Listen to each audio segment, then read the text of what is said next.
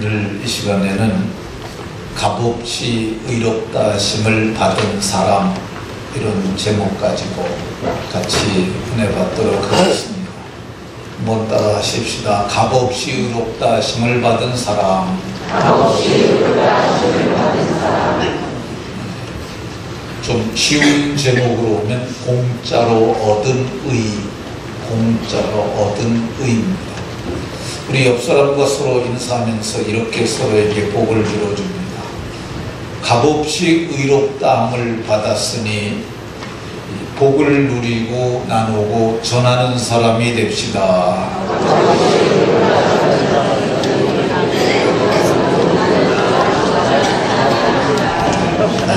값없이 의롭다함을 받았으니 복을 누리고 나누고 전하는 하나님의 사람들이 다 되시길 예수님 이름으로 축원합니다. 우리말 속담에 공짜면 양잿물도 마신다라는 말이 있습니다. 아무리 공짜라 그래도 양잿물 먹을 사람이 있겠습니까? 맛도 없고 먹으면 죽는데 그걸 먹을 사람이 어디 있겠습니까?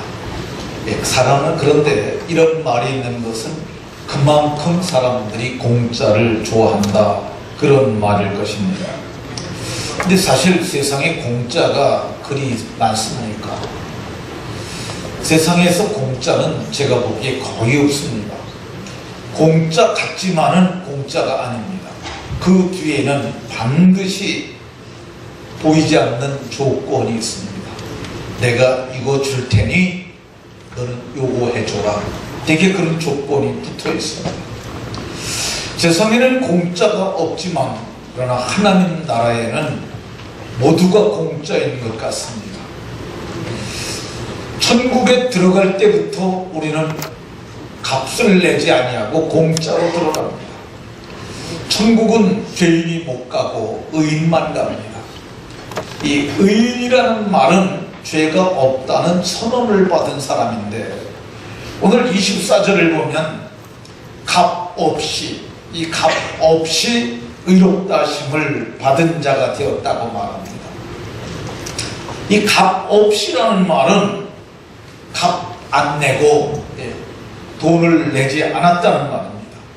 돈뿐 아니라 어떤 대가도 내지 않은 거야. 쉬운 말로 공짜입니다. 공짜로 의롭다 하심을 받았다는 말입니다. 좀 더 구체적으로 그러면 의롭다함을 받았다는 말이 무엇인가 살펴봅니다. 우리가 소극적 의미에서 의롭다 하심이 어떤 것인가 먼저 살펴봅니다. 이 소극적 의미에서 의롭다 하심을 받았다는 말은 의인이 되었으니 이제는 죄인이 아니라는 말입니다. 어떻게 죄인이 죄의 문제를 해결했습니까? 하나님 은혜로 값없이 의롭다함을, 하나님 은혜로 값없이 의롭다 하심을 받았다고 이렇게 말합니다. 하나님이 은혜를 베풀어 주셔서 값 지불하지 아니하고 의롭다함을 받았다고 말합니다. 그러면 하나님 은혜로 어떻게 의롭다 하심을 받았을까? 하나님이 어떤 은혜를 베풀어 주셨을까? 24절에 보면 예수 안에 있는 속량으로 말미암아, 예수 안에 있는 속량으로 말미암아 하나님이 은혜로 값없이 우리를 의롭다 하셨다고 말씀합니다. 예수 안에 있는 속량이라고 그랬는데 이게 속량이 어떤 거냐? 속량이라는 말은 우리말 사전에도 나오는데요. 오늘날과 같은 이렇게 신분이 평등되지 않았던 그 시대에 몸값을 받고 종을 평민으로, 양민으로 되게 하는 것. 종은 평생 종인데 종이 값을 치르게 되면 양민이 되는 제도가 있었어요. 이걸 우리 이조시대 그때는 이걸 속량이라고 했어요. 근데 성경은 이런 속량이 아닙니다. 성경이 말하는 속량은 예수 그리스도 안에 있는 속량이에요. 그러니까 예수님 안에 있는 속량인데, 예수님께서 행하신 은혜, 십자가에서 자기 몸을 죄값으로 내어주신 그 은혜로 말미암아 속량을 받게 됐는데, 그 예수님께서 죄값을 지불하심으로 말미암아 받은 이 속죄의 은혜, 그래서 대속하셨으므로 우리가 의롭다 하심을 받게 된 그 은혜를 오늘 성경은 이 소극적 의미에서 의롭다 하심이라고 말합니다. 이 말이 적극적 국면에서 우리가 좀 더 살펴보면, 값없이 의롭다 하심을 받았다는 말은 하나님 앞에 설 수 있는 신분의 변화가 왔다는 겁니다. 하나님 앞에 설 수 있는 신분의 변화. 근데 이 하나님 앞에 선다는 말이 하나님 얼굴 앞에, 하나님 면전에 선다는 말인데, 히브리서 4장 16절에 은혜의 보좌 앞에, 이게 하나님 얼굴 앞에, 면전 앞에요. 은혜의 보좌 앞에 담대히 나갈 것이니라, 이렇게 말하고 있는데, 하나님 보좌 앞에 죄인들은 나갈 수 없었어요. 나가면 모두가 죽임을 받습니다. 이 지상에도 하나님의 보좌가 있었는데요, 그 하나님의 보좌가 이 법궤예요. 법궤. 하나님이 법궤 위에 신비하게 와 계셨어요. 하나님께서 성소를 지으라고 그러셨고, 지성소와 성소를 구별하라고 하셨어요. 지성소에 법궤를 두라고 하셨고, 그 법궤는 하나님이 정하신 세 가지의 신물, 십계명, 돌판 2개, 만나가 든 금항아리, 그리고 아론의 자손들만 제사장 할 수 있다는 아론의 쌍난 지팡이, 그것을 두라고 그러셨고, 그 법궤의 뚜껑을 금으로 만들라고 그러셨어요. 그리고 금 위에는 이 스랍이라고, 이 스랍이 양쪽 날개를 연하여서 서로 마주보게 2개를 쳐서 만들라고 그러셨어요. 공법 중에는 이 두들겨서 만드는 공법이 있는데, 저쪽에 있는 심벌 중에 제일 오른쪽에 있는 심벌이 그게 놋을 가지고 두들겨서 만든 심벌입니다. 나머지는 공장에서 찍어낸 거고, 제일 오른쪽에 가보면은 거기 보면 잔 망치질이 수도 없이 나와 있어요.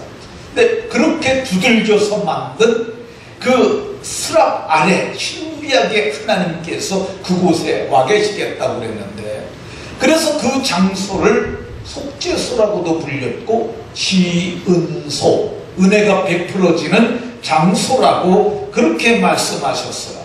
근데 오늘 성경에서는 이 값없이 의롭다 하심을 받은 자들은 은혜의 보좌 앞에 담대히 나갈 수 있다고 그랬어요.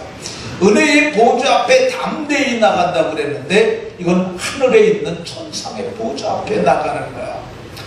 지상에 있는 보좌 앞에 나가기 위해서 대제사장들이 대제사장의 옷을 입고 염소와 송아지의 피를 가지고, 염소와 송아지 피를 가지고 그 안에 들어갔는데, 그 안에 들어갈 적에는 반드시 제사장의 옷을 입었는데, 그 제사장의 옷에는 이 금 방울을 달았어요.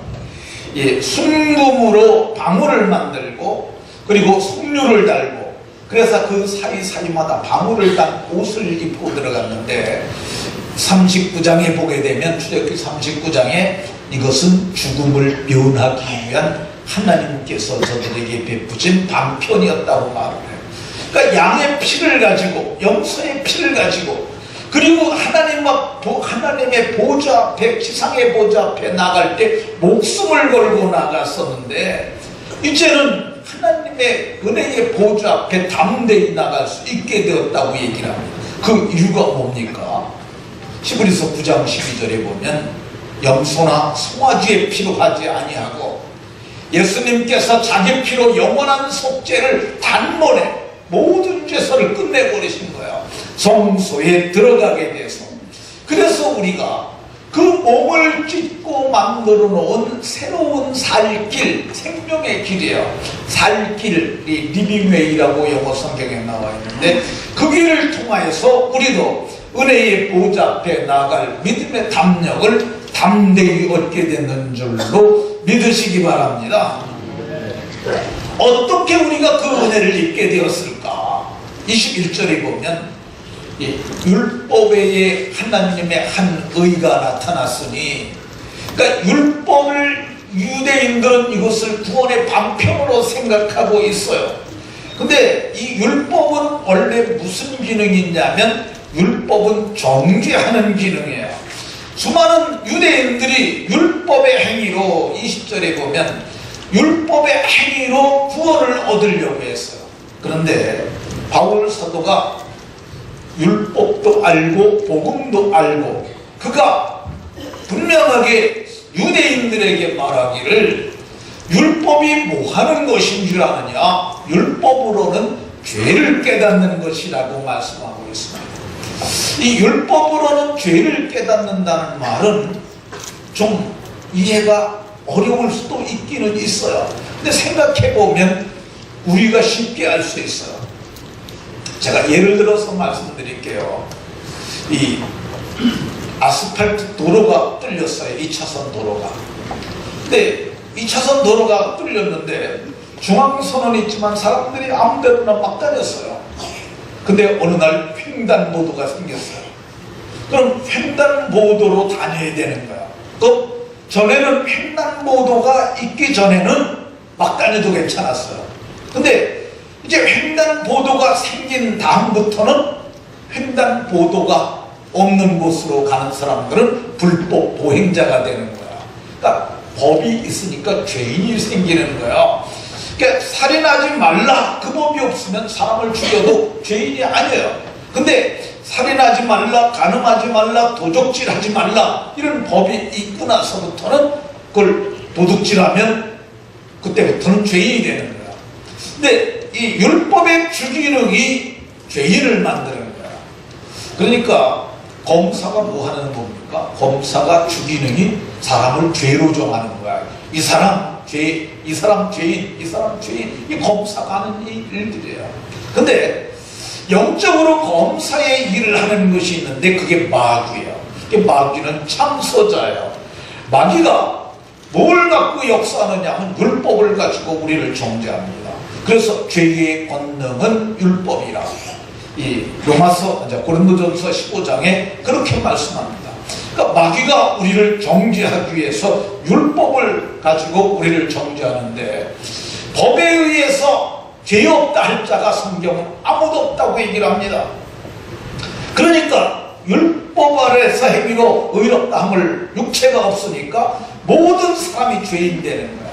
이 죄인은 어떻게 됩니까? 죄의 삭선 사망이라고 얘기를 하잖아요. 모두가 죄 때문에 죽어야 하기 때문에 그 사망이 왕노릇했다고 얘기를 합니다. 그래서 우리가 죽음 앞에서 벌벌 떨잖아요. 이 병원에 갔는데 의사가 심각하게 그 컴퓨터 화면을 쳐다보더니 암입니다. 그럼 몇 기쯤 됐나요? 수술하는 것이 의미가 없을 것 같습니다. 집에 가셔서 맛있는 거 잡수시고 그러시다 생 마치시는 게 좋겠습니다. 그러면 그 얘기 듣는 그 순간 이 가슴이 덜컥 내려앉잖아요. 그때부터 이제 죽음이 우리에게 온다고 생각하고 벌벌 떨 수 있습니다. 그러니까 이게 율법이 우리를 죄인을 만들고 죄는 우리에게 죽음을 가져오고 그래서 사망이 왕노릇하고 그래서 모든 사람이 죄를 범하였기 때문에 하나님의 영광에 이루지 못하는 것, 그것이 인간의 실상이었다고 성경이 말씀하고 있습니다. 그런데 21절에 보면 이제는 이렇게 말합니다. 21절에 이제는 뭔가 큰 전환점이 생긴 거예요.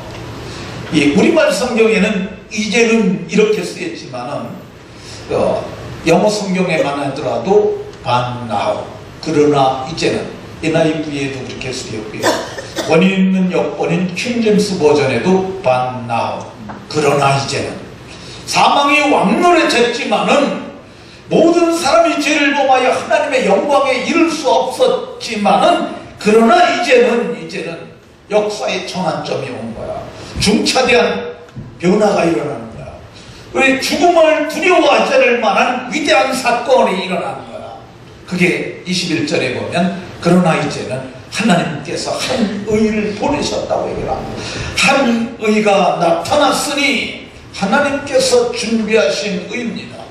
허물과 죄로 죽은 자들을 살려낼 의를 보내셨는데 이 의가 율법과 선지자들에게 증거를 받은 의라고 얘기를 합니다. 율법 그러면은 모세 오경을 크게 율법이라고 얘기를 합니다. 선지자들 그러면 선지자들이 예언한 책들을 선지자들이라고 얘기해요.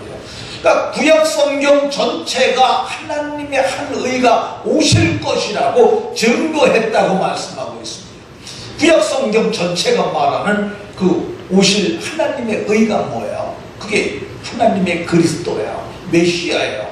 율법과 선지자에게 증거를 받은 메시아 되시는 그리스도께서 때가 참에 하나님의 정하신 정륜의 때가 있는데 그 여자의 몸에 아들로 오셨다고 성경이 말씀합니다. 하나님이 그 아들을 보내셨다고 얘기를 하고 있습니다. 근데 이분께서 그리스도 예수 안에 있는 속량을 베풀어 주셨으므로 저와 여러분들이 모두가 의를 얻게 됐다고 말씀하고 있습니다. 이 의가 어떠느냐? 22절에 보면 믿음으로 말미암아 모든 믿는 자에게 비치는 하나님의 의인이 차별이 없는 의라고 얘기를 해요. 목사가 얻은 거나 장로님이 얻은 거나 권사님이 얻은 거나 오늘 처음 교회 나와서 예수 믿은 자가 받은 의나 차별이 없다. 똑같은 의라고 이렇게 말씀하고 있습니다. 부자나 가난한 자나 차별이 없고 인종차별도 없습니다. 예, 로마서 10장 12절에도 유대인이나 헬라인이나 차별이 없고 골로새서 3장 11절에 보면 헬라인이나 유대인이나 할례받은 자나 무할례자나 야만인이나 수디아인이나 그러니까 지식의 유무도 차별이 없어요. 신분의 차별도 없습니다. 종이나 자유자나 차별이 없는 의를 나와 여러분들이 받게 된 줄로 믿으시기 바랍니다. 어떻게 우리가 그 차별 없는 의를 누릴 수 있게 된 것입니까? 24절에 그리스도 예수 안에 있는 속량으로 말미암아. 그리스도 예수 안에 있는 속량으로 말미암아. 그러면 속량이 도대체 뭐길래 그 속량으로 말미암아 우리가 값도 내지 아니하고 의롭다함을 받을 수 있었을까? 성경은 속량의 은혜는 죄사함의 은혜라고 얘기를 합니다. 속량 곧 죄사함을 받았으니 속량은 곧 이 꼬르가 성립되는 거야. 속량과 죄사함은 같은 거야. 베드로 사도는 이것을 죄 없이 함과도 동일하게 말하고 있습니다. 죄가 있으면 죄인이고 죄가 없어야 의인인데 그리스도 예수 안에 있는 속량으로 말미암아 값없이 내가 여러분들이 그리고 로마인들이 헬라인들이 수디아인이나 야만인까지로 모두가 다 의롭다 하심을 얻게 되는 줄로 믿으시기 바랍니다. 누가 우리 같은 이방인들이 유대인과 동일한 차별 없는 의를 누릴 수 있도록 속량해 주신 겁니까? 성경은 하나님이 그의 피로 하나님이 자기 피로 내가 한 것은 아무것도 없습니다. 내가 의로워지기 위해서 행위로 의롭다함을 얻을 육체도 없고 내가 한 것 아무것도 없습니다. 하나님이 그 아들 예수의 피로써 하셨습니다. 피로 속량받았으므로 우리가 할 것은 오직 감사와 영광뿐인 줄로 믿으시기 바랍니다. 하나님께서 어떻게 이방인들은 우리가 유대인과 같이 하나님이 선택한 택민들과 같이 차별 없는 의를 누릴 수 있었을까? 하나님께서 믿음으로 말미암는 화목제물을 세우셨다고 얘기합니다. 화목제물. 그러니까 화목해 하는 제물이에요. 두 사람이 싸웠어요. 싸운 두 사람을 화해시키기 위해서 중재자가 식당으로 초대하고 음식을 먹여서 마음을 좋게 하고 두 사람의 마음을 열고 손을 잡게 하는 것, 그 사람이 화목의 일을 하는 거죠. 근데 우리가 하나님과 원수가 되어 있었어요. 그러니까 우리가 하나님과 원수가 되었는데 왜 원수가 됐냐? 하나님은 죄를 참아보지 못하는 분이세요. 아담과 하와가 하나님 앞에 범죄함으로 하나님께서 얼굴을 돌이키셨고, 인간은 하나님 앞에 죄 때문에 나아갈 수가 없을 때 하나님께서 그 아들을 보내셨는데, 그 이유가 뭐냐? 하나님이 우리를 사랑하사 우리 죄를 속량하기 위하여 화목제물로 그 아들을 보내셨습니다. 하나님이 아들을 내주신 거야. 제물로 내어주셨어요. 아들 예수께서는 그 말씀에 순종하여 이 땅에 오셨는데, 오셨을 때 이렇게 말씀하셨어요. 내가 섬김을 받으리 함이 아니고 섬기려 하고 내 목숨을 많은 사람의 대속물 대신 속지 않은 제물로 죽으러 오셨다고 말씀하셨고, 예수님께서 마침내 이 세상 죄, 모든 사람의 죄를 다 지시고 십자가에서 대속하셨는데, 예수님께서 마지막으로 하신 십자가에서 하신 말씀이 다 이루었다라는 말씀이에요. 이 다 이루었다라는 말이, 우리는 이게 하나님이 하나님의 아들이 자기 일을 다 하셨다고 한국말 성경을 보면 그렇게 이해를 해요.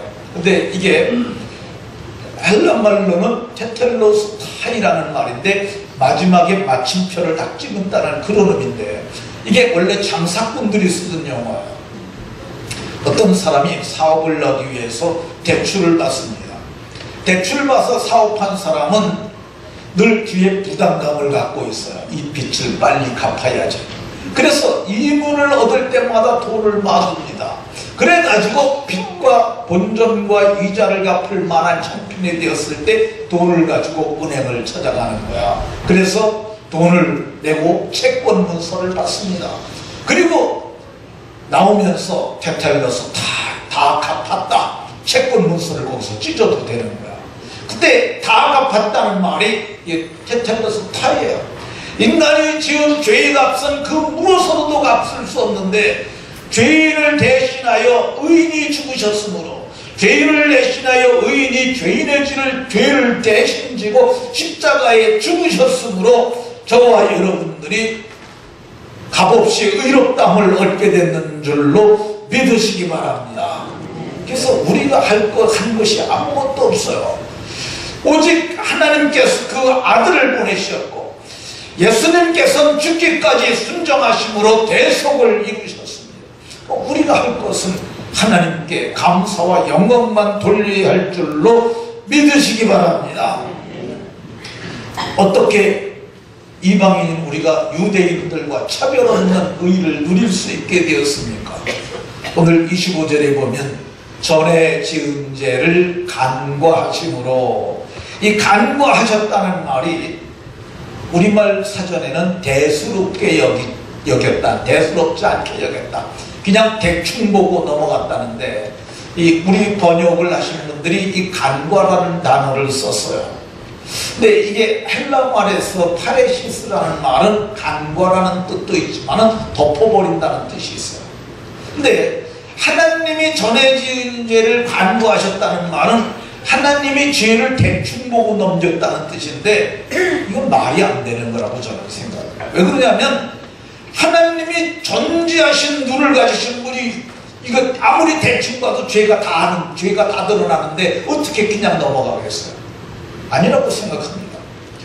저도 이제 이 교회에서 목회를 꽤 오래 했잖아요. 다른 분들은 들어오면 여기 교회가 변화가 와도 뭔 변화가 왔는지 몰라요. 근데 저는 딱 들어오면 스피커를 삐뚤어 놓은 것도 저는 다 눈에 들어와요. 왜 그런 줄 아십니까? 대충 봐도 저는 다 알아요. 근데 하물며 하나님께서 우리를 대충, 우리 전에 지은 죄를 대충 본다고 하나님이 모르시겠어요? 이 대충 봤다는 간과라는 단어를 쓰면 안 됩니다. 이게 파라시스라는 단어가 덮다라는 뜻이 있는데 저는 그거로 전에 지은 자를 덮어주심으로 이게 맞다고 생각해요. 뭘로 덮느냐? 아들 예수의 피로 덮는 거야. 그러니까 예수의 피를 보고 우리 죄를 보지 않는 거야. 예수의 피가 생명인데 그 생명이 죄를 속하는데 그 생명의 피로 마음의 뿌림을 받기 위해서 택하심을 얻었고, 그리고 마음에 그 아들 예수의 피를 덮어주셨으므로 피로 덮고 넘어가셨는 줄로 깨달으시기 바랍니다. 좋은 의미는 아니지만 제가 한 예를 들어서 말씀드리겠습니다. 지금은 하늘나라 가신 분이신데 이준표 목사라는 분이 계셨어요. 그분을 참 저는 존경했습니다. 그분은 기장청 목사예요. 기장은 기독교 장로회를 택하는데 한신대학교가 그쪽 계열이에요.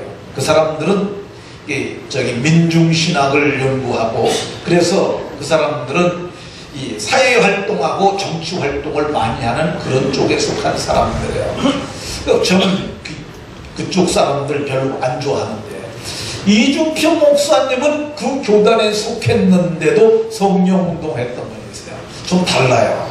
근데 그분이 정말 신령한 목회를 했고, 그리고 전국에 있는 목사 장로들을 위해서 자기네 교회에서 매년 그 1억 정도씩 돈을 내가지고 세미나를 열어서 좋은 강사들 불러놓고 그래가지고 세미나 하게 했어요. 근데 그분이 매년 그 일을 하니까 저도 저쪽에 교회에 있을 때 이쪽에 있는 목사님들 중에 개척교회 목사님들이 내일에는 돈을 우리가 대신 내주고 몇 번 데리고 갔던 적이 있어요. 근데 그 이준표 목사님이 강의 1시간을 맡아서 늘 하세요. 근데 어느 날 그분이 이런 얘기를 했어요. 자기가 목회를 하는데 자기네 교회 장로님 한 분이 그렇게 사사건건 막더래요. 우리 이 일을 좀 하십시다. 좋은 일이면은 장로님들이 그렇게 하십시다. 그거 우리 해야 되잖아요. 근데 장로님 한 분이 늘 그렇게 왜 하냐, 할 필요 없다, 이 일을 못하게 막는 거야. 그러니까 어느 날 하나님 앞에 이 속에서 도끼가 솟아올라가지고, 그 목사님 말대로 여기서 솟아올라가지고, 그 양반은 정말 결기가 있는 분이세요. 그래가지고 하나님 그 장로 좀 데려가 주세요. 그렇게 데려가면 그건 목회 편해지니까. 근데 하나님께로부터 오는 응답이 네 성질 죽이려고 그 사람 거기 붙여놓은 거라고. 그렇게 해서 그래 하나님께 다시 말했어요. 하나님, 그 장로는 천국 못 가겠죠. 그때 하나님이 어미로운 목소리로 말씀하시길, 왜 못 가냐? 내 아들 예수의 피로 덮어서 가겠다. 그 말이 맞는 말이에요.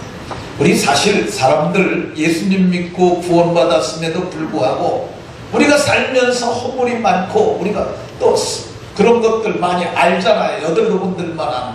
근데 하나님 앞에 어떻게 쓰겠어요? 그 아들 예수의 피로 우리를 덮어주시면 우리가 죄가 허물이 가려지고, 그래서 이 예수 믿는 우리를 의롭다 하심으로 우리가 그 앞에 서고 그의 나라에 들어가게 되는 줄로 믿으시기 바랍니다. 이 놀라운 은혜를 입은 자들이 어떻게 살아야 할까? 오늘 23절에 보면은, 이제 과거에는 하나님의 영광에 이르지 못했지만은 이제부터는 먹든지 마시든지 무엇을 하든지 다 하나님의 영광을 위하여 할 수 있고, 그렇게 삶을 살라고 얘기를 합니다. 이 먹는 것, 마시는 것, 이거 아주 하찮은 거죠. 여러분들 오늘 아침 드시고 오셨잖아요. 그쵸? 뭘 드셨습니까? 빵 드셨습니까? 그리고 여러분들 뭘 드셨습니까? 우유 드셨습니까? 뭘 드셨습니까? 마늘 드셨습니까? 지금 얘기한 거 제가 먹은 겁니다. 오늘 아침에 제가 먹은 거야. 근데 이거 먹을 적에도 하찮은 거잖아요. 먹는 것, 마시는 것. 감사함으로 하나님께 말하라고 얘기를 해요. 하나님, 좋은 양식 주셔서 감사합니다. 잘 먹겠습니다. 힘 얻어서 하나님 영광 드러내며 살겠습니다. 이렇게 하면 하나님께서 영광 받으시고 우리는 은혜를 입게 되어 있습니다. 말씀을 마치도록 하겠습니다. 정말 우리는 복음의 이방인들입니다. 하나님의 면전에 설 수 없는 사람이었어요. 근데 하나님께서 그 크신 사랑을 베푸셔서 하나님의 아들을 화목제물로 보내셨어요. 화목제물로 오신 예수님께서는 대승물로 자기 목숨을 대신 내어주셨어요. 우리가 그 은혜를 인하여 그걸 믿음으로 말미암아 값없이 공짜로 돈 내지 않고 의롭다 하심을 얻었어요. 이 은혜를 받았으니 날마다 감사함으로 하나님께 영광을 돌리며 살아가는, 먹든지 마시든지 무슨 일을 하든지 다 하나님의 영광을 위하여 하는 신실한 하나님의 사람들이 다 되시길 예수님 이름으로 축원합니다. 기도합니다.